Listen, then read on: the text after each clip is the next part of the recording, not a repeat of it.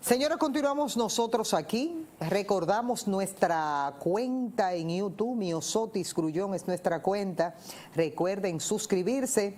Síganos ayudando a seguir creciendo en ese ámbito. Nosotros contamos de manera permanente con ustedes. Miren, un placer enorme recibirlo en estos momentos donde realmente hay muchos temas en ese sentido.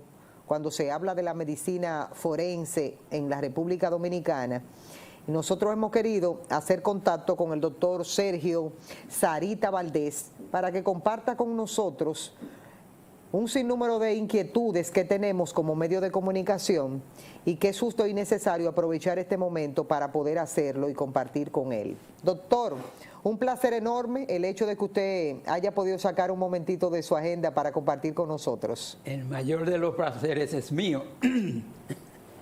Siempre a tus órdenes. Doctor, nosotros tenemos varios casos que se han estado dando en la República Dominicana y uno puede observar, por ejemplo, hay una médico forense del Instituto Nacional de Ciencias Forenses, INACIF, ella es de la provincia de Azua, y ella se estuvo refiriendo al caso de José Gregorio Custodio de San José de Ocoa.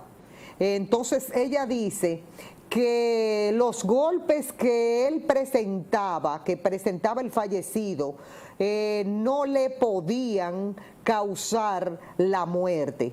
Y entonces habla, tenía laceraciones y abrasiones dispersas en el cuerpo, pero esto no le podían causar la muerte porque no le afectaron ningún órgano vital, es decir, no le afectaban los pulmones, el corazón, el hígado o ningún otro órgano que pudieran poner en riesgo su vida. La doctora detalló que las laceraciones que el cadáver tenía se mostraban en las rodillas, en la parte trasera de ambas piernas, en los glúteos, específicamente en la parte inferiores y en la espalda. Entonces, dice ella, no fueron golpes fuertes. Estas abrasiones encontradas se quedaron en la piel y el tejido celular subcutáneo. Cuando uno diseca el cadáver, se observan en la piel, pero cuando la quitamos del tejido adiposo, se nota que ni siquiera traspasó fracturar un hueso, ni contunden los músculos, dice la doctora. Entonces, mi pregunta es, con la experiencia que usted tiene, siendo esa explicación así, de esa manera, de esta médico forense, ¿es real? Si no pasa el tejido, ¿no puede decir nadie que eso puede provocarle la muerte a una persona? Oye, Miosotis, cuando se hace una experticia, o sea, cuando tú haces una autopsia, es un cadáver que se sospecha la temática del homicidio.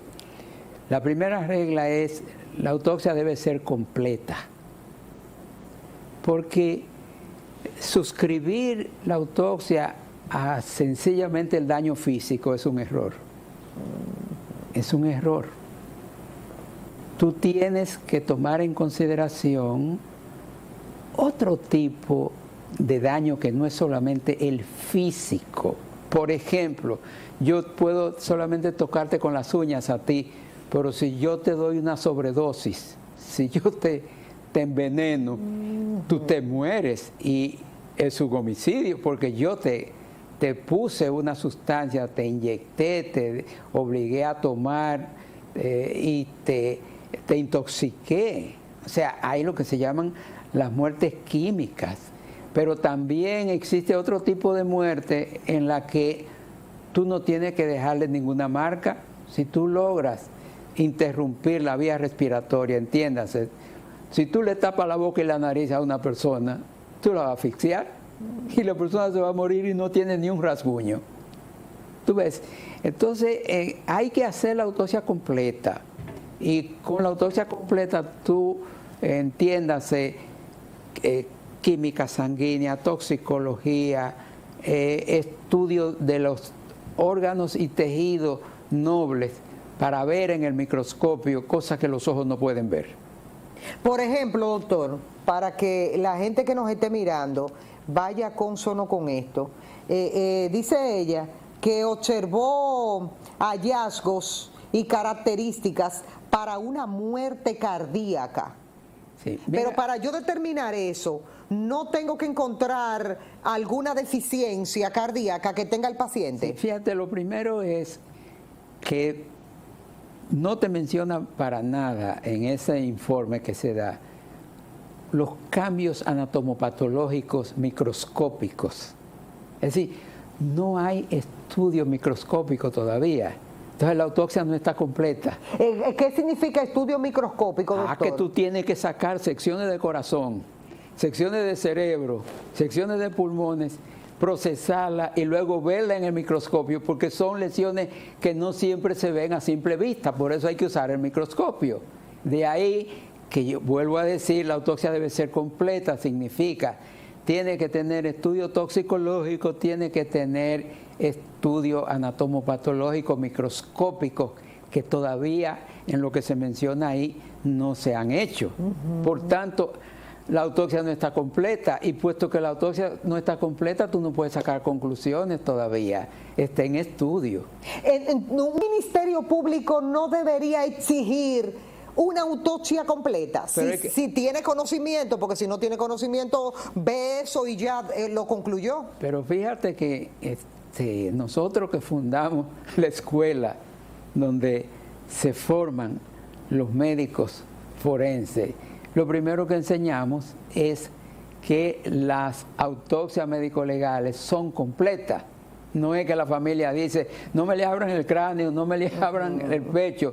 Si es médico legal, tiene que estudiar el cuerpo entero y tomar muestras, como dije, para toxicología y para hacer ver en el microscopio. De manera que la autopsia no está completa todavía. Doctor, una persona puede... que se le haya dado golpes, normal, como dice la doctora, que fue superficial, se le dieron golpes, hay laceraciones, pero que no pasó el tejido. ¿Eso puede provocarme un infarto? Pero hay golpes que no se ven. Ajá. O sea, mira, yo te relato un caso de un joven que estaba en La Victoria, y era un grupo que estaba acusado de haber cometido un crimen fuera. Y era domingo cuando anunciaron que el lunes iban a llevar a los acusados, a los sospechosos, lo iban a llevar de La Victoria para Ciudad Nueva, para el tribunal. Y como a las 8:30 de la noche, el joven aparece muerto en su celda, uno del que iban a llevar el lunes. Y él había dicho que cuando llegara al tribunal él iba a destaparse, a contar todo lo que sabía. Y aparece muerto en la celda. Y te menciono esto porque el cadáver no tenía ni un rasguño afuera. Nada. Nada. ¿Y qué le pasó a esa persona? Le dieron un golpe de karate en el pecho con una almohada y le partieron la aorta. Un golpe de karateca.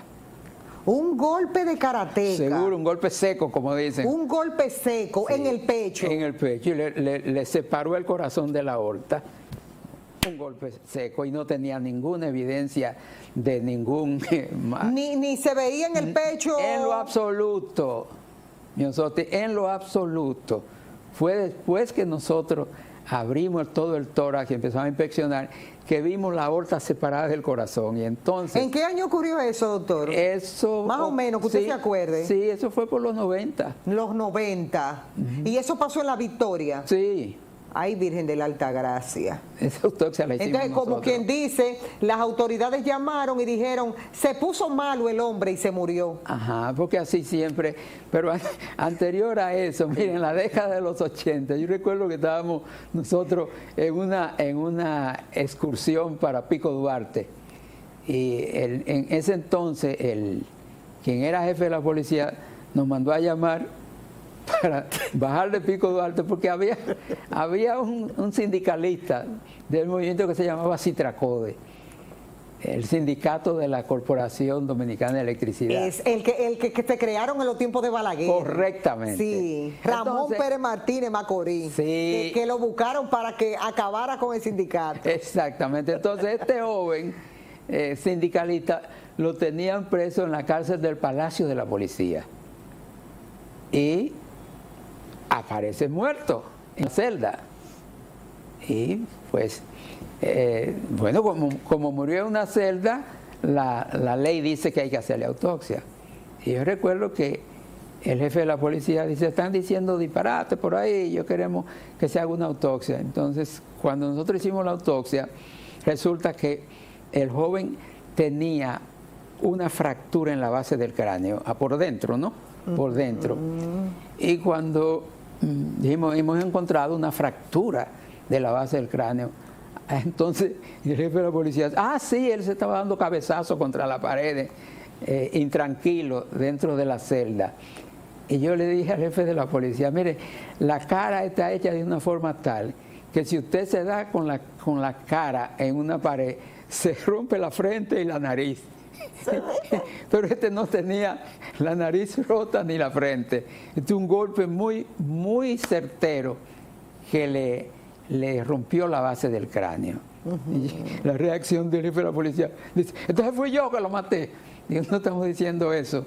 Lo que estamos diciendo es que se trata de un homicidio y que tiene una lesión mortal dentro de la cabeza.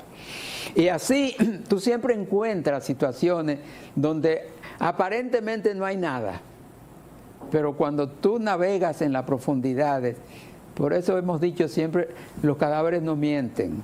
Ahora, lo que necesitan es un buen traductor. Lo dijo todo. Doctor, ¿y cómo se puede, para la tranquilidad de una sociedad, si en lo adelante encontramos casos de gente que pueda morirse en una celda, está preso, lo llevaron, ay mira, le dio un infarto? ¿Cómo determinar que a ese, ¿cómo le podríamos llamar? Preso, detenido es la palabra correcta, murió de un infarto y que nadie le puso la mano? Sí, es que precisamente usted tiene que ser muy cuidadoso o cuidadosa cuando emite juicios, porque primero usted no estaba ahí. Entonces, ¿cómo? Si usted no estaba ahí, usted dice que no le pusieron la mano. O sea, usted no puede abusar de su profesión, porque usted está hablando. Usted estaba ahí, no, usted no estaba ahí. Entonces, ¿cómo usted dice que no le pusieron la mano? Entonces, hay que cuidarse de eso. Pero más importante, hay un tratadista forense norteamericano ya fallecido, el doctor Moritz. El doctor Moritz, cuando se retiró de la práctica de la patología forense, dejó lo que sería como un decálogo para las próximas generaciones. Dice, errores que debe evitarse cometer. Y él empezó a enumerarlos. Y ese trabajo lo hizo en el 1956, lo publicó en el 59. Y él decía que uno de los más comunes errores del patólogo forense o del forense es hablar muy temprano, no haber terminado el trabajo cuando ya estás hablando y hablar en el sitio, en el momento y a la persona equivocada. ¿Cómo así, doctor? El médico forense habla por informe. No se le puede hacer una entrevista cuando le llevan el cadáver. No, él tiene que hablar por informe. Él tiene que hacer su trabajo primero. El investigador primero investiga y después habla. ¿Cuánto tiempo se lleva un informe? Depende, porque si tú tienes que hacer mucha toxicología, a veces puede que te tome más de una semana o 2 semanas hacer todos los estudios toxicológicos y la histopatología. Y entonces revisar todo eso para elaborar tu informe. Ahora, tú picoteas un muerto y haces un informe en media hora y lo mandas, ya tú terminaste, ¿verdad? Eso es una chapucería. No es así como se trabaja.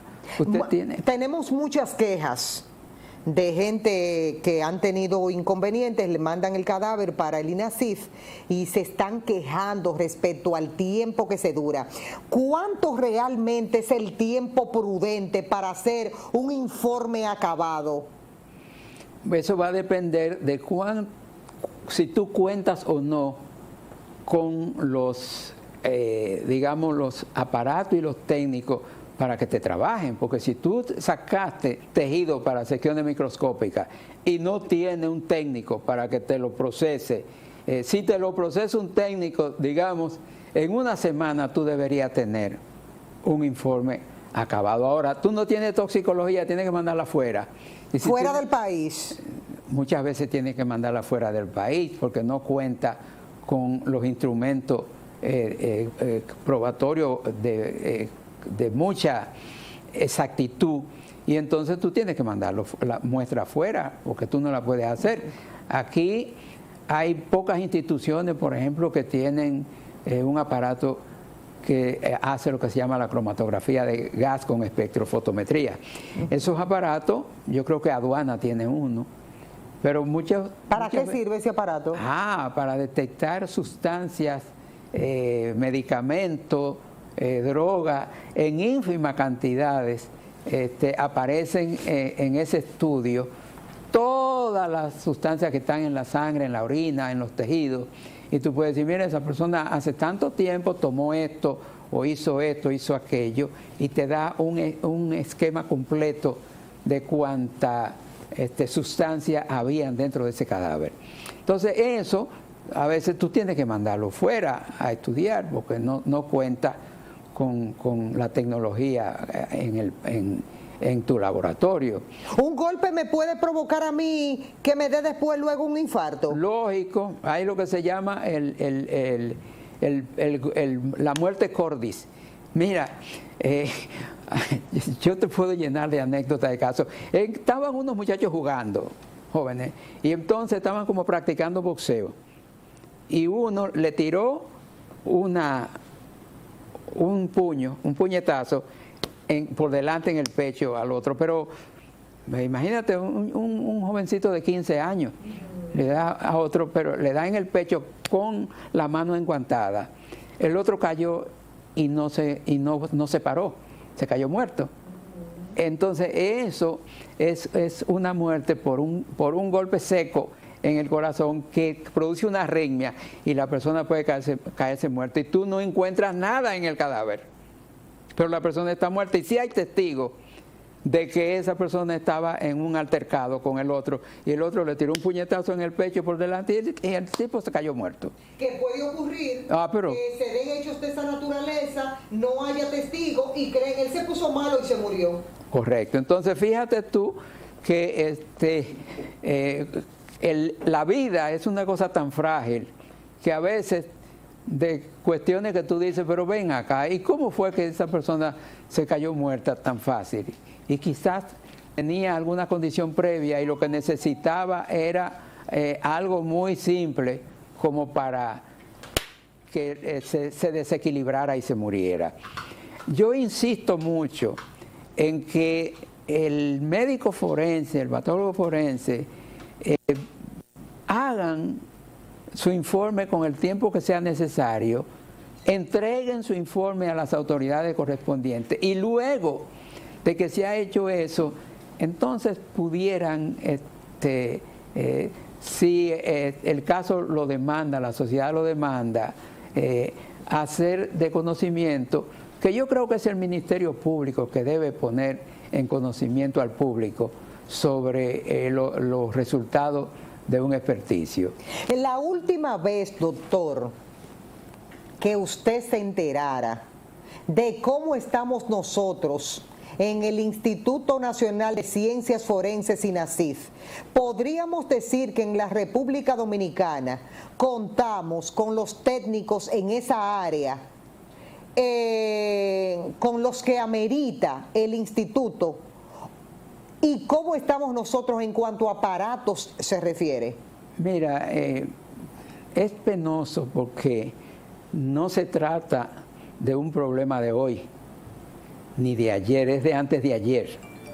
Entonces, esto comprende desde que en el año 1980 el entonces senador por el Distrito Nacional, el doctor Salvador Jorge Blanco, que luego sería presidente, siendo él senador por el distrito, trajo el proyecto de ley que está con el número 136 sobre autopsia y se aprobó y se instituyó como ley.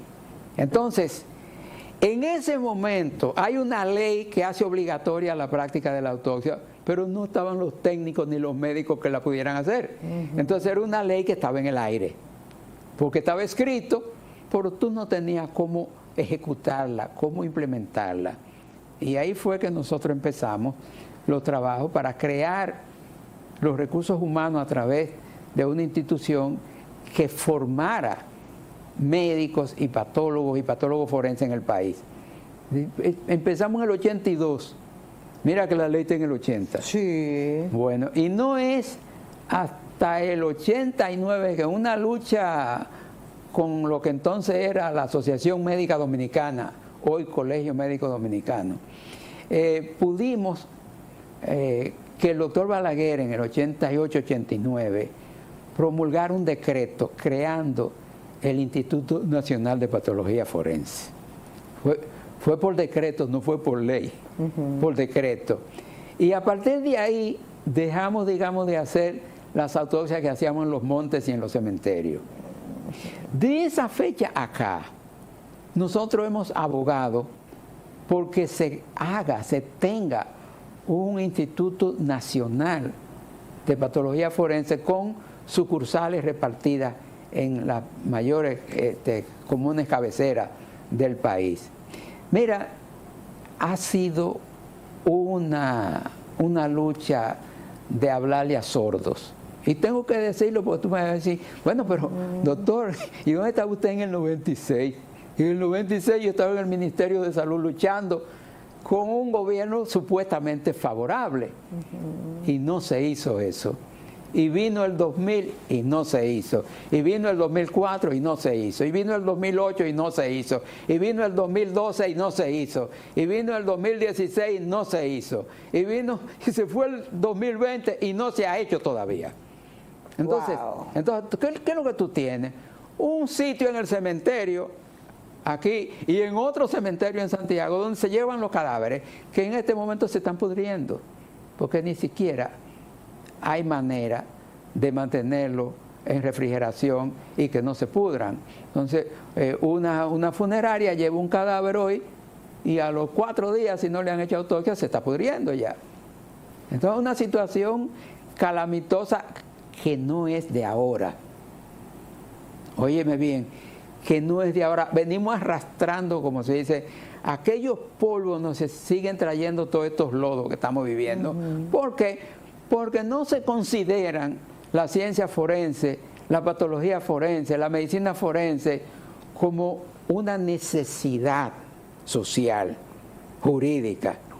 Entonces, como se ha vivido todo el tiempo, digamos, sin eso, la gente entiende que eso no es necesario cuando ya hace tiempo que en el mundo la investigación se hace en base científica. Pero doctor, mientras tanto nosotros tenemos los problemas que estamos teniendo ahora mismo en la actualidad, y es esta misma sociedad que le exige a la autoridad el informe, búsqueme el informe, búsqueme esto, y oiga lo que usted está diciendo, que mira dónde estamos nosotros todavía, en pañales. Entonces exigimos cosas que no están todavía implementadas.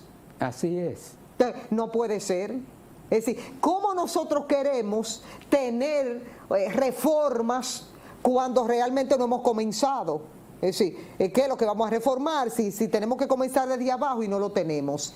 ¿A qué se debe, doctor, que todavía a esta altura de juego, 2022, y hay una situación en la calle, hay un muerto, tenemos que esperar al médico legista? ¿Cuál es la situación real de los médicos legistas que se dura 5, 6, 7, 8 horas un cadáver expuesto en la vía pública esperando el médico legista? La razón se explica porque somos un país que sus autoridades son reactivas, no son planificadoras. Es decir, ¿quién está sentado en este momento mirando el censo nacional, la población que tiene el Distrito Nacional, el Gran Santo Domingo y los servicios con que cuenta para responder a las necesidades de esos millones de ciudadanos que viven en la zona urbana, y en Santiago, y en San Cristóbal, y en San Francisco de Macorís? Entonces tú tienes una población que hace rato sobrepasó la capacidad de dar respuesta a los problemas cotidianos, y tú lo ves en la educación. Tú mires el número de aulas y de maestros versus el número de alumnos que hay. Tú lo tienes en la vía pública, se deterioran las carreteras, la hacen, ¿por quién le da mantenimiento? Y como podíamos gastarnos todo este y varios programas hablando de ese problema crónico. A nosotros nos encanta improvisar, nos encanta hacernos de la vista gorda, y algo muy común acá, que el que viene acusa de todo lo malo al que estaba. Óyeme, pero no es de ahora, no es de ahora, ¿no? Y entonces tú dices, pero ven acá, ¿y cuánto tiempo hace que los que estaban se fueron? Pero seguimos, no, pues aquí la cosa está mala por lo que estaban. Y entonces, cuando tú terminas, viene el otro y hace lo mismo. La cosa está desastre, encontramos un desastre. Esto no sirve, esto no sirve, esto no sirve, esto no sirve. Y es el cuento de nunca acabar. Porque de alguna manera, óyeme, dale continuidad a los procesos. En el año 1986, nosotros éramos regidores en el Distrito Nacional, en el ayuntamiento. Recuerdo que Fello Suberví era el síndico del PRD en ese tiempo. Y habían unos ciudadanos que habían pagado de sus ahorros un programa de vivienda en un sitio que se llama Invivienda, en Santo Domingo Este. Pero como eso era un logro para el PRD, que había salido del 82 al 86 de Salvador Jorge Blanco, bueno, el equipo Balaguer dijo, esa casa sí que no se van a hacer, no le vamos a dar crédito al que se fue, más bien vamos a meterlo preso y que se muera de un infarto. Entonces esos adquirientes de Invivienda, recuerdo yo que iban al ayuntamiento a implorar que si el ayuntamiento podía hacer algo para que le terminaran sus apartamentos, de lo que ellos habían soñado, habían gastado todos sus ahorros y cogido préstamos. Recuerdo que había un joven, apellido Osorio, que ese muchacho hacía unos discursos que valía la pena oírlo, parecía un Robespierre o un Danton en París hablando. Un discurso bonito hacía él en nombre de los adquirientes de Invivienda. ¿Y por qué? Porque el gobierno que sigue no quiere terminar las obras que comenzó el otro, porque con eso cree que le está dando crédito. Entonces tú dices, bueno, están vamos a suponer, el metro, hay que tumbar el metro. No, hombre, hay que preservar lo que tú tienes y ampliarlo. No hay voluntad de darle seguimiento, eso se llama continuar, para uno no tener que comenzar de cero. Tenemos que hacer un corte, regresamos de inmediato con más.